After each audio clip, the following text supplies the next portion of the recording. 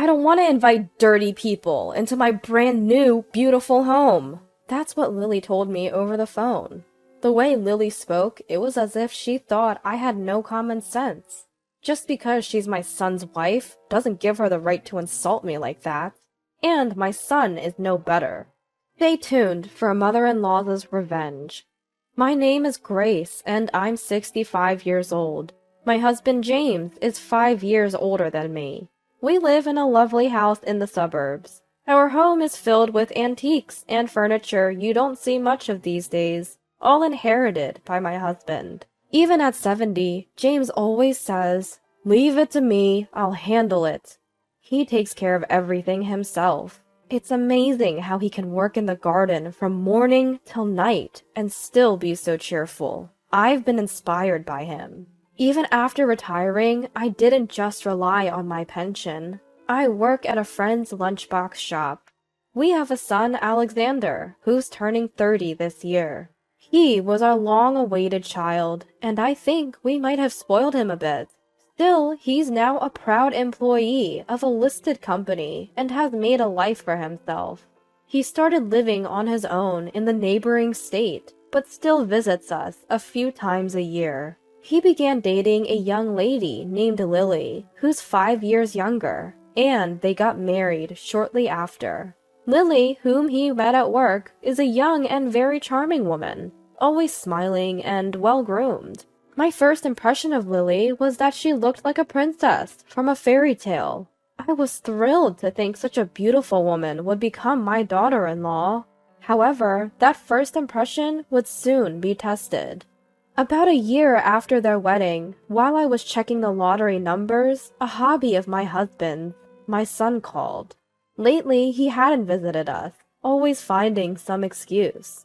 "It's been a while." "What? You want to live with us?" Apparently, the apartment they were living in was going to be demolished. They decided to build their own house, and while they had chosen the land and the builder, they needed a place to stay for a few months until their new home was ready. "Lily's parents live in an apartment. Our house is big, and we have spare rooms, right? I thought it was a great idea. If you two are okay with it, then I guess it's fine. As my son said, we do have unused rooms. There shouldn't be any problem with them living here for a few months. Is your job going to be okay? You do realize the commute will be longer, right?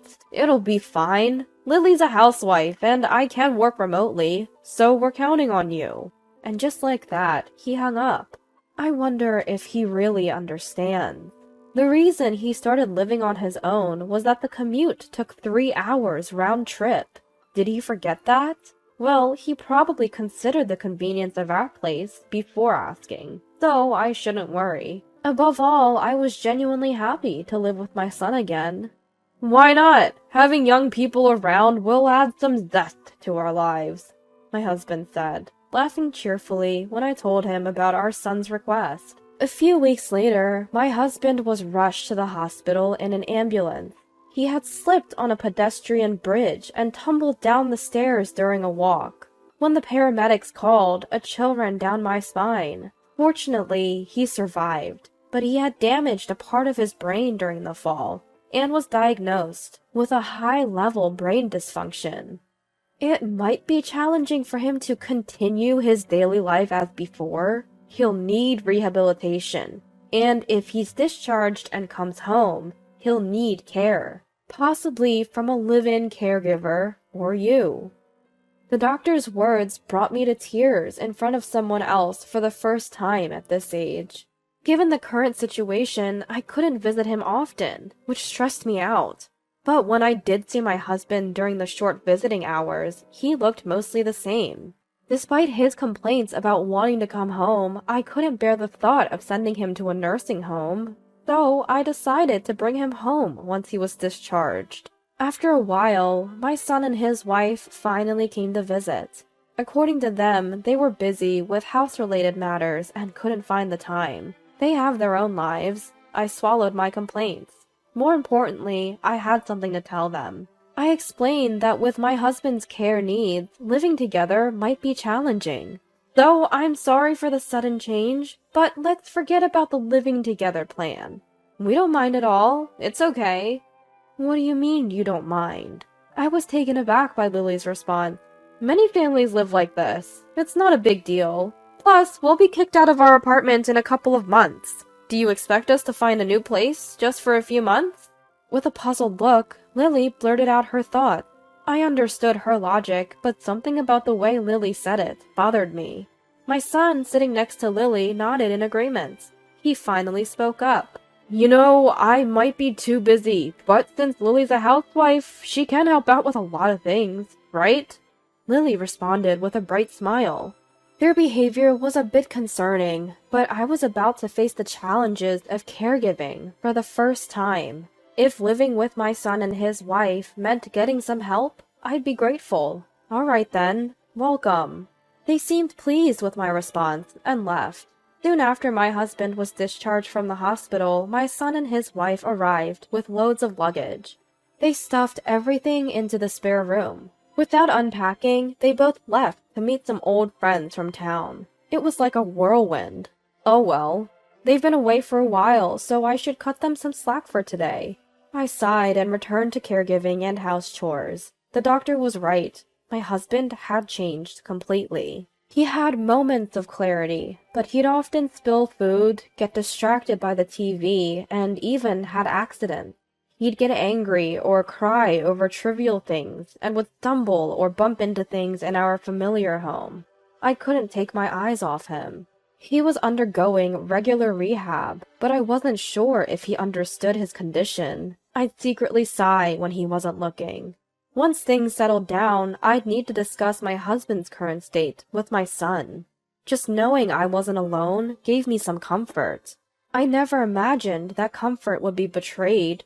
Maybe I was too lenient at the start. Even after moving in, my son would lock himself in his room, claiming he was working remotely. Lily, instead of helping with chores, said she was busy unpacking and stayed in her room. Dinner's ready. Only then would they emerge. I'd only see them during meals or when they went out. They wouldn't help with meal prep or even clean up after eating. I wanted to scold them, but I couldn't take my eyes off my unpredictable husband. Within a week of living together, my frustration with them grew. I couldn't trust them with my husband. I quit my job to focus on caregiving and housework. While I worked tirelessly, they continued their lazy routine. Even when I asked Lily for help, she'd say she would, but never did, leaving me to do everything. Living together was a disaster. Their presence only added to my workload. I was at my breaking point. Mom, you look tired, my son remarked during dinner, pointing at me with his fork. If you think so, then help out, he chuckled. Come on, I'm working, even if it's remote. I'm a bit of a clean freak. I can't do the things you do. Their words filled me with rage. Suddenly, my husband shouted, What are you doing? Look, you spilled the soup. I gently wiped the tiny droplet with a tissue. I'm sorry, Dad. See, it's clean now. Okay. Relieved to see him resume eating, I took a deep breath. Lily, however, frowned and stood up, leaving her dishes behind. I'm done. Some food splashed when he yelled. What? Hey, Alexander, I'm still hungry. Let's go out. Lily wrapped her arm around my son's and spoke in a sweet voice. Without hesitation, my son stood up and said nonchalantly, Fine, we're going to grab some food then. Wait, what? How can you just decide that? Even as I tried to stop them, the two left without looking back. With the messy dinner for two left untouched, my husband beside me spoke softly. What a waste. It's so delicious. Hearing his words, she felt a lump in her throat. Every now and then, glimpses of the kind man she married would shine through. Each time it reaffirmed her love for him. Caring for her husband wasn't easy, but mentally he was still sharp as ever. You know, the lottery is coming up. Let's buy a ticket. Maybe we'll win more than $3 this year. At that, her husband laughed heartily. She wished to keep things as normal as possible for him. It had been a month since they started living together. Timing it when her husband was having his therapy session, she called the two, who seldom helped around. Look, I'm not asking you to care for him, but could you at least help a bit with the chores? She explained her husband's condition in detail once more, but they seemed indifferent. Look, to someone old-fashioned like you, it might seem like we're just lazing around, but we're busy with work and planning for our home.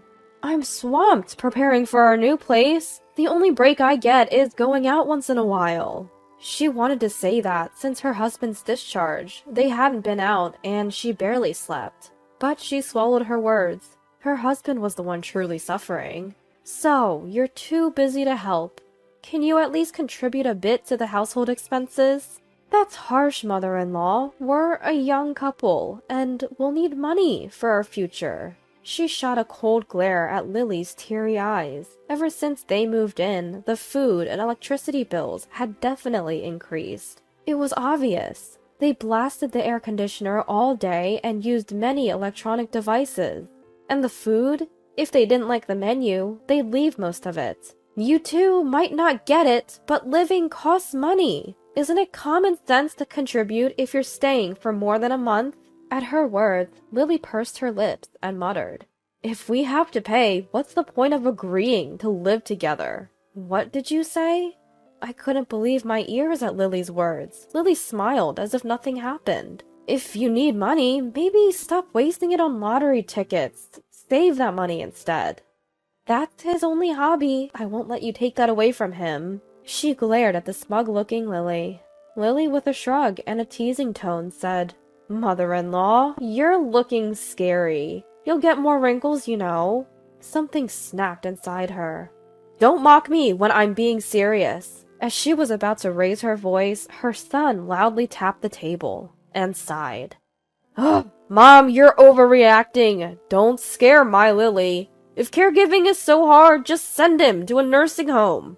Lily's eyes sparkled at his words. What's with those enchanting eyes? What's with that dreamy look? Does she think he's being brave? He knew his father was mentally sound, yet he said such a thing loudly. Couldn't he imagine how his father would feel if he heard that? Seeing her speechless, her son shook his head in exasperation. You think you've hit the nail on the head, huh? Ugh, so annoying. Always getting irritated. Is it menopause or something? Don't even have the money to put yourself in a nursing home? So you're asking us for money? That's not the point. Poor mother-in-law. If my old beauty products are okay, I'll give you some serum. You seem broke, so it's on the house. Lily grabbed her son's arm, smiling triumphantly. The couple left the room, side by side. Soon after, the distant sound of the front door closing echoed. A whirlwind of emotions surged, but I couldn't throw out their massive luggage or kick them out on my own. I decided never to live with them again, telling myself it's just a bit longer. 2 months later, they seemed to have settled into their new home and finally left. They never contributed to household chores or finances, but at least I was free from the immense stress. Looking forward to your housewarming gift. I watched Lily wave with a blank expression. Honestly, I wasn't in the mood to celebrate for such a couple, but they probably expect something. They might invite us over to their new place at least once. Should we prepare something before they ask? We had just received an unexpected bonus, so spending a bit wasn't a big deal. We decided to buy a decently priced wall clock as a housewarming gift for our son and his wife. It was a beautifully crafted radio-controlled clock with a design that would fit any room. We waited for a call from them, but a week passed with no word. Even after what they said, no contact at all. Come to think of it, we don't even know what kind of house they built, let alone their address. It would be too late if something happened to my husband or me. We need to at least know their address for emergencies. I hurriedly called my son. Hello, what's up? After several tries, I finally got through. I had called my son's cell, but it was Lily, sounding quite annoyed, who answered. We haven't heard from you since you moved. You need to tell us your address. Well, if I tell you, you'll come over, right? Of course. We even have a housewarming gift for you. As I said that, Lily laughed coldly, as if mocking me. Hold on, a clock? You think we'd be happy with that? People usually give cash. Guess you're broke. Good thing we didn't tell you our address. I felt anger rising as Lily chuckled and spoke. You asked for a housewarming gift, and now this? That was just being polite. I can't even imagine taking care of your dirty husband, especially not in our brand new house. The demure demeanor she had when they first got married was nowhere to be found. I had my suspicions, but Lily's true nature was worse than I thought. I thought it looked like something out of a fairy tale, and I was kind of right. She was a devil in disguise. Devils only deceive those who are useful to them. We have our house now. There's no benefit in associating with poor, dirty people like you. We don't plan on having anything to do with you anymore. I could picture Lily's face, smirking in contempt. At the same time, something snapped inside me. Soon after, my son came on the line. That's how it is. We don't need your gifts. I feel the same way as Lily. Just live your lives and leave us be. Lily's condescending attitude and my son, who didn't even reprimand her, shocked me. The most surprising was the cold disconnection from the son I had lovingly raised. Any remaining affection for him faded. Oh, I see. From now on, we have nothing to do with each other. If that's how they feel, we'll live our lives without them. This house is too big for just the two of us. We had kept it thinking our son might live here, but its purpose is over. I hung up and started preparing for our future. Several years passed. I was enjoying tea in the living room when my phone rang. An unfamiliar number. Hello? Hi, mother-in-law? It's been a while. I was wondering if you could help us out financially? It was Lily, with her usual sugary tone. I feel very sick. She had racked up nearly $30,000 in debt buying luxury items.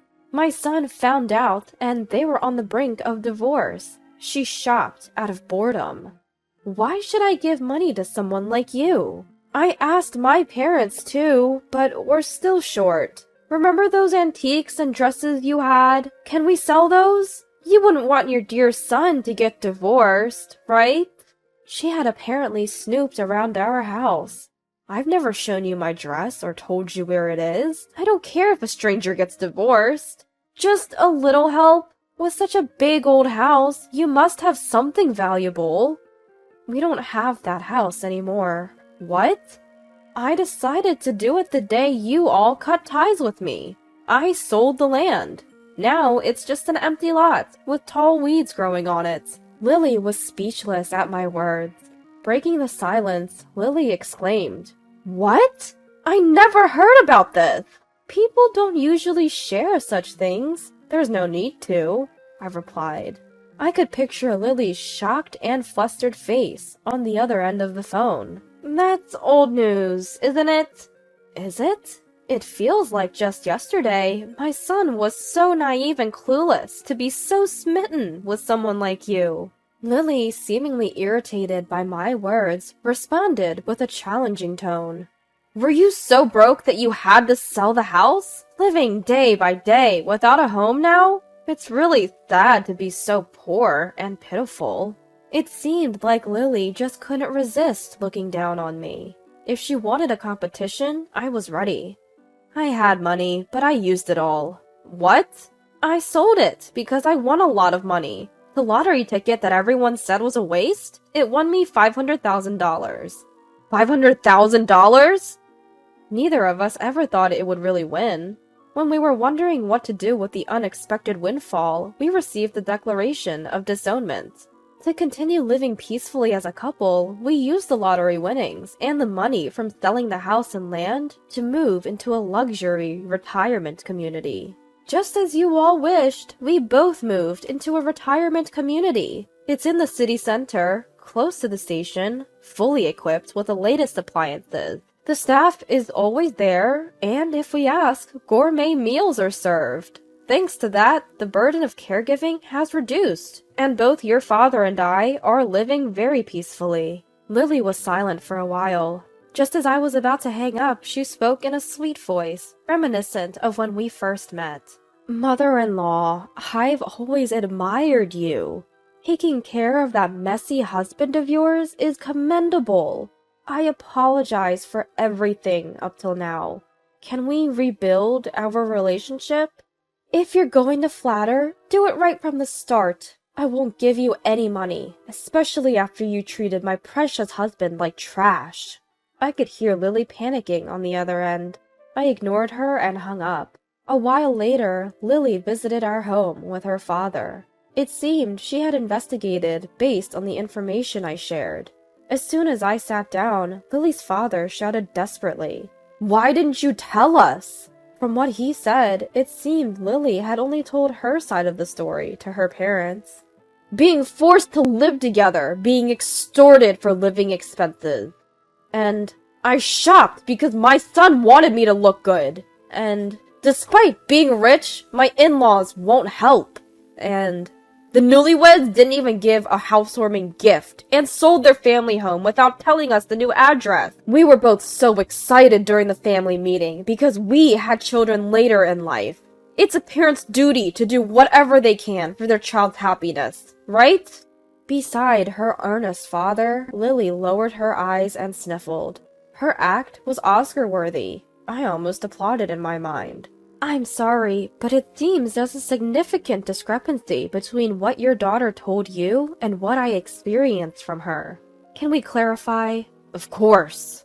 I smiled warmly and began to list out all the truths I had learned from Lily, without any exaggeration. Lily's father was taken aback by my straightforward account, looking completely overwhelmed. All lies, Dad! She's making all of this up. Lily's desperate plea only made my words seem more credible. She might be a great actress, but she wasn't the sharpest tool in the shed. Would you like to hear the last voicemail she left me? Only if you think you can handle it. Wait, you recorded it? Lily exclaimed in surprise. To be clear, we don't have any money left. Ever since she cut ties with us, we've been preparing for our end. We've already arranged for our funerals and graves. We won't be relying on or helping our son and his wife. And just so you know, whichever one of us passes away first, we willed all our assets to the other. Oh, that's it. Lily's shoulders slumped in disappointment. She probably thought she'd eventually get her hands on our inheritance. Seeing her blatant attitude, her father was shocked. I said firmly, "Please leave." Lily and her father left, looking utterly defeated. Just then, my husband, who had been at a recreational activity, returned. Did something happen? Nothing much, just made our stance clear. He tilted his head in confusion, a gesture I found amusing, and I chuckled. Sometime later, our son messaged us, apologizing and informing us of his divorce from Lily. He went on to share unsolicited updates about Lily. After the divorce, she moved back to her parents' home, and they took on her debts. And she seems to be working on dating. She's apparently busy dating now, even asking our son if he knows any good men. She's a devilish woman with only her looks going for her. Well, her future is predictable. Our son, while paying off the house loan by himself, came crying for help. You're the one who cut ties, I responded coldly. I thought maybe our feelings for our son would return once the root of all problems, Lily, was out of the picture. But it seems it'll take some time. We're living peaceful and happy days. Thanks to the staff, we can even go shopping alone. Our relationship with each other has improved, and we're more at ease. We're known as the most loving couple in the facility. We've even been surprised with celebrations on our anniversaries. We haven't won the lottery since that incident, but we still buy tickets. Look, we won $100! I called out to my husband, comparing the winning numbers. What should we do with it? How about a date? He replied with a grin. I couldn't help but blush and smile. When that time comes, I plan to wear the dress I've kept tucked away and head out.